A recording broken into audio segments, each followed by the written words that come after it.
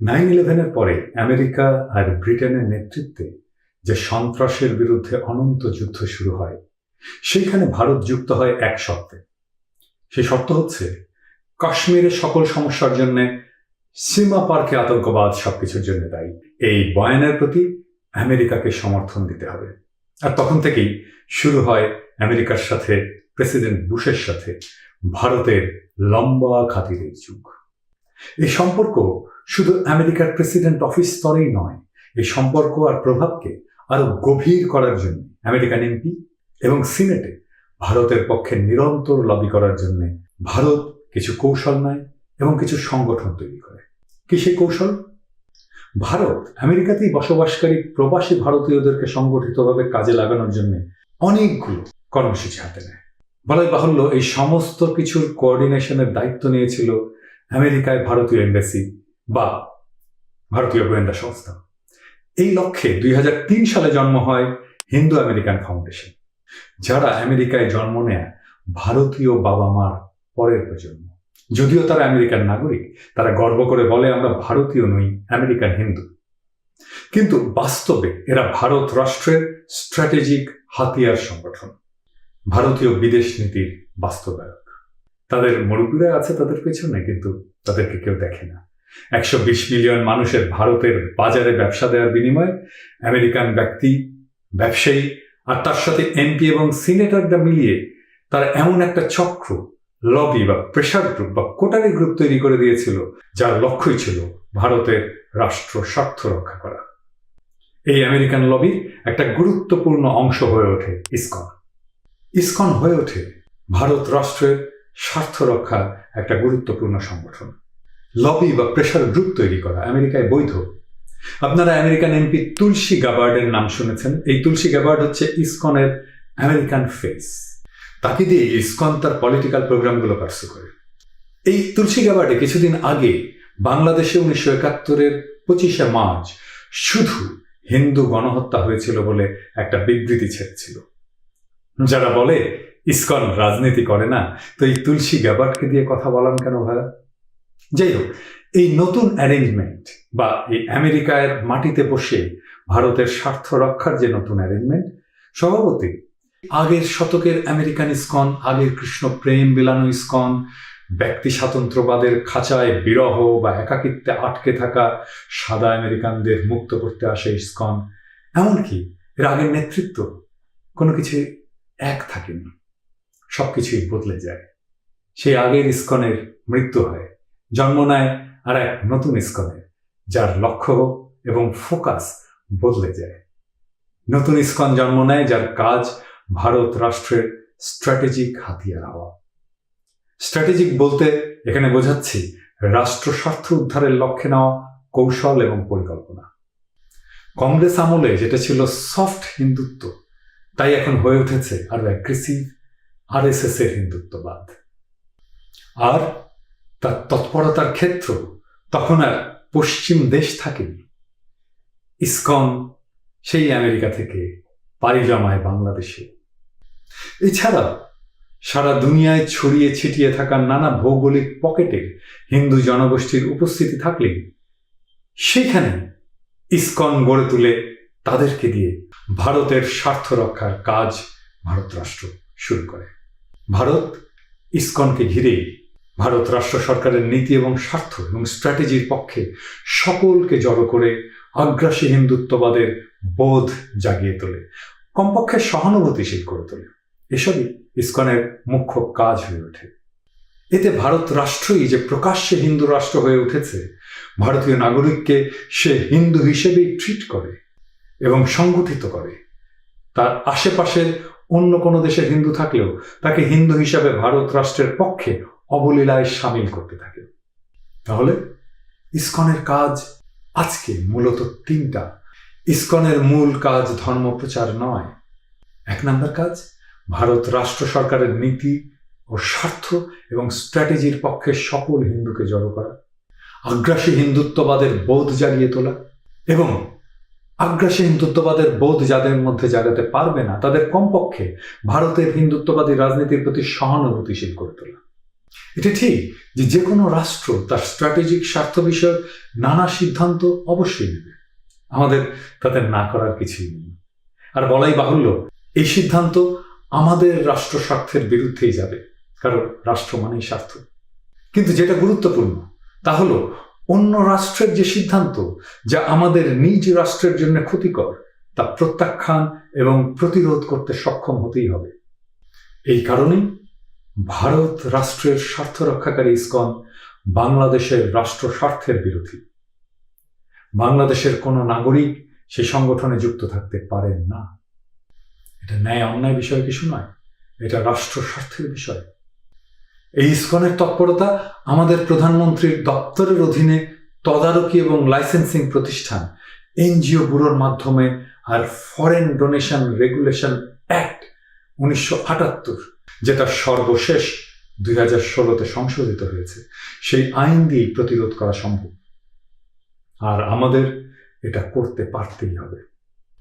সবচেয়ে যেটা গুরুত্বপূর্ণ কথা, যেটা আমাদের সকলকে মনে রাখতে হবে, এমনকি হিন্দু সম্প্রদায়কেও মনে রাখতে হবে, সেটা হচ্ছে ভিন্ন রাষ্ট্রের স্ট্র্যাটেজিক প্রতিষ্ঠানকে আমরা আমাদের দেশে তৎপরতা চালাতে দিতে পারি না।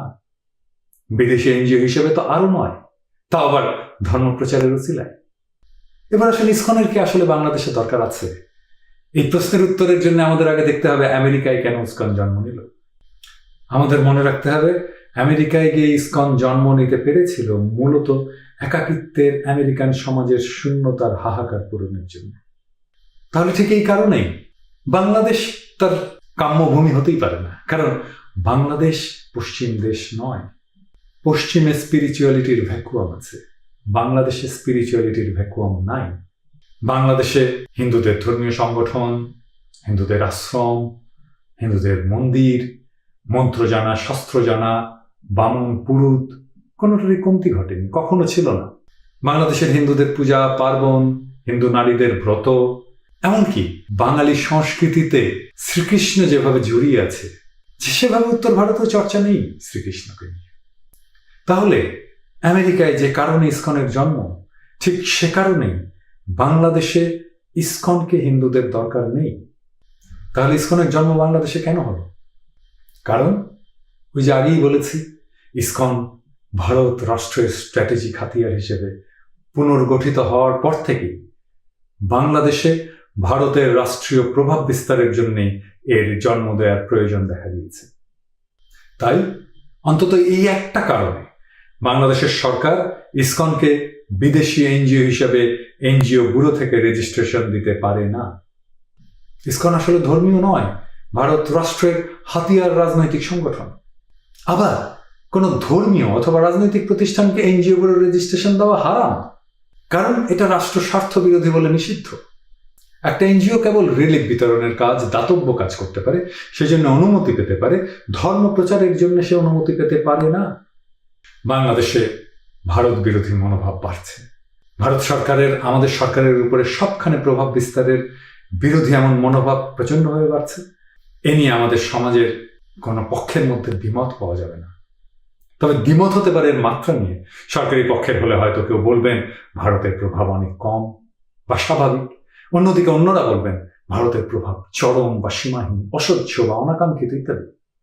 আর এইরকম একটা অবস্থার মধ্যে ইসকনের বিরুদ্ধে অভিযোগ, বিরূপ মনোভাব, ক্ষোভ ক্রমেই বাড়ছে। ইসকনও পায়ে পাড়া দিয়ে ঝগড়া বাঁধাতে চাইছে, এটা এমন অ্যাগ্রেসিভ। ইসকন সবার সামনে প্রথম চোখে পড়া শুরু করে 2016 সালে সিলেটের একটা সংঘাত থেকে। আর কিছুদিন আগে চট্টগ্রাম শহরের সরকারি স্কুলগুলোতে প্রসাদ খাইয়ে কৃষ্ণ নাম গাওয়ার ভিডিও ফেসবুকে প্রকাশ হয়ে পড়া থেকে। বাংলাদেশের আইনে ইসকনের মতো ধর্মীয় সংগঠনের তৎপরতা, বিদেশি অর্থ নিয়ে আসা এবং বিতরণের অনুমোদন জোগাড় করা খুবই কঠিন, বিশেষ করে ফরেন ডোনেশন রেগুলেশন অ্যাক্ট 2016-র কারণে। এই আইনে বিদেশি স্বার্থ প্রতিফলিত হয় এমন তৎপরতার উপরে সরকারের কড়া নিয়ন্ত্রণ এবং নজরদারি থাকে সেই জন্য। এছাড়া বাংলাদেশের আইনে বিদেশি ধর্মীয় এনজিও প্রতিষ্ঠানের বাংলাদেশে কোনো ধর্মীয় তৎপরতা চালানোটাই প্রায় অসম্ভব। আইন এমনভাবে করা যেন তারা কোনোভাবে ধর্মান্তকরণ করার কাজ করতে না পারে। ইসকন তো কৃষ্ণ প্রেম বেলাচ্ছে না, সে ভারত রাষ্ট্রের স্ট্র্যাটেজিক স্বার্থ বাস্তবায়নের পার্টনার। কোনো বিদেশি রাষ্ট্রের কোনো দাতব্য প্রতিষ্ঠান অন্য দেশে নিজ দেশের নীতি বা স্বার্থ বাস্তবায়নের জন্য অনুমতি পেতে বা চাইতেই পারে না। তার উপরে রাজনৈতিক এবং ধর্মীয় কাজের সংগঠনের রেজিস্ট্রেশন নেওয়া ছাড়াও বিদেশি অর্থ আনার কোনো অনুমোদনই পেতে পারে না। বাংলাদেশের হিন্দু স্বার্থ বলে কিছু নিয়ে তৎপরতা চালানো অথবা যেই ইসকন একটা আমেরিকান প্রতিষ্ঠান, তা ভারত রাষ্ট্রের হিন্দু নীতি নিয়ে যে তৎপরতা চালাবে সেটা কোনো এনজিওকে বাংলাদেশ করতে দিতে পারে না। এটা আমাদের নিজের রাষ্ট্র স্বার্থ বিরোধী, বাংলাদেশের রাষ্ট্র স্বার্থ বিরোধী। আমাদের রাষ্ট্র এবং সরকারের প্রথম কাজটি হলো ইসকন কি হিসাবে রেজিস্টার্ড তা পরিষ্কার এবং সরাসরি জনগণকে জানানো। যেমন এটা কি ধর্মীয় প্রতিষ্ঠান নাকি রিলিফ বিতরণের প্রতিষ্ঠান? এই কাজটা সরকার করতে পারে, নিজে করতে পারে, অথবা বিশ্বাসযোগ্য সামাজিক ব্যক্তিত্বের অধীনে স্বাধীন নিরপেক্ষ তদন্তের মাধ্যমে প্রকাশ করতে পারে। যেমন ইসকন রিলিফ বিতরণের প্রতিষ্ঠান হিসেবে অনুমতিপ্রাপ্ত হলেও প্রসাদ বিতরণ সে করতে পারে না, সেটা পুরোপুরি বেআইনি। প্রসাদ বিলানো মানে যেটা ধর্মীয় এনজিও হিসেবে রেজিস্টার্ড কেবল সেই করতে পারে, যে রেজিস্ট্রেশন ইসকন কোনোভাবে পেতেই পারে না। এছাড়া প্রসাদ বিলানো আর কাউকে দুপুরের খাওয়ার প্যাকেট বিতরণ এক কাজ নয়। আবার যেমন রিলিফ বিতরণের প্রতিষ্ঠান হিসেবে লাইসেন্স নিয়ে এবং অর্থ ছাড় করে সেই টাকায় ইসকন মন্দির প্রতিষ্ঠা করতে পারে না। তাহলে ইসকনের এতগুলো মন্দির কিসের পয়সা হলো? এই বিষয়গুলো নিয়ে স্বচ্ছভাবে জনগণের কাছে ব্যাখ্যা দিতে হবে। এই নিয়ে সরকারের কোনো দায় নেয়ার বা কোনো আড়াল টেনে নেওয়ার প্রয়োজন নেই। আমাদের আইন যদি পারমিট না করে তাহলে সরকারের কিছুই করার নেই। আবার মাঝে মাঝে আমরা শুনতে পাই অমুক ইসকনের সদস্য অথবা সরকারি কর্মচারী ইসকনের পদক, মেডেল বা সম্বর্ধনা নিচ্ছে বা দিয়েছে। এখন এই ইসকনের সদস্য হওয়া কি জিনিস? কোনো বিদেশি এনজিও এইখানে কাউকে ধর্মীয় দল, গ্রুপ বা প্রতিষ্ঠানের সদস্য বানানোর কার্যক্রম নিতে পারে কি? অবশ্যই না। এনজিও মূলত বস্তুগত জিনিসের দাতব্য প্রতিষ্ঠান হতে হবে, স্পিরিচুয়াল জিনিসের প্রতিষ্ঠান নয়।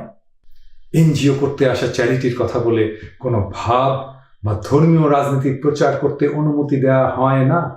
বড়জোর সেটা সামাজিক সচেতনতা ধরনের কাজ, যেমন অধিকার বিষয়ক, দক্ষতা শেখানো, স্বাস্থ্য বা পরিবেশ বিষয়ক কাজ ইত্যাদি এরকম হতে পারে। সরাসরি রাজনীতি অথবা ধর্মপ্রচার এটা আমাদের এনজিও আইনে একেবারেই নিষিদ্ধ। রেজিস্ট্রেশন পাওয়ার পরে কি কার্যক্রম নেবে, এর বিস্তারিত বর্ণনা, কোন খাতে কত অর্থ ব্যয় করবে ইত্যাদি সমস্ত ভবিষ্যৎ কার্যক্রমের বিস্তারিত সবকিছু কর্মসূচি আগেই এনজিওগুলোতে জমা দিতে হয়। এটা দেওয়ার কথা। আর আমাদের গোয়েন্দা বিভাগ আছে, তারা তো আমাদের পেছনে ঘুরে বেড়ায়, এই সমস্ত কাজ তারা দেখবে না। তাদের এ সমস্ত সরেজমিনে যাচাই করে রিপোর্ট দিলেই তবেই সেই বিদেশি এনজিও অর্থ ছাড়ার অনুমতি পায়। আর এটার ব্যতিক্রম করলে সরাসরি রেজিস্ট্রেশন বাতিল সহ জেল, জরিমানার কথা লেখা থাকলেও সেটা প্রয়োগ হতে পারে। শেখ হাসিনা ইন্ডিয়ার সাথে বিশেষ খাতির রাখবেন, সেটা আপনার ব্যাপার। কিন্তু সেটা রাখতে গিয়ে আমাদের যা প্রচলিত আইন তা প্রয়োগ করা থেকে বিরত থাকা চলবে না। অথবা কান্নি কেটে আইনকে পাশ কাটিয়ে যাওয়ার তো কোনো দরকার নেই। যে কোনো রাষ্ট্র যার নিজের স্বার্থ তার নিজের দেশের আইনি সীমার মধ্যে বুঝে নেবে এবং মান্য করবে। এনজিও প্রসঙ্গে আমাদের প্রচলিত আইন যথেষ্ট স্বচ্ছ। কাজেই রেকর্ড স্পষ্ট রাখা আর সেসব রেকর্ড পাবলিকের জন্য খুলে দিলে সব জটিলতা থেকে পরিত্রাণ পাওয়া যাবে। বাংলাদেশের মানুষকে জানতেই হবে বাংলাদেশে ইসকন ঠিক কি করার অনুমতি পেয়েছে, কি হিসাবে অনুমতি পেয়েছে, কোন আইন, আর ইসকনের তৎপরতা দেশে আইনসম্মতভাবে চলছে কিনা। এমনকি ইসকনের নিজের উচিত আমার প্রশ্নগুলোর জবাব দেয়ার, কিন্তু সেই হিম্মত ইসকনের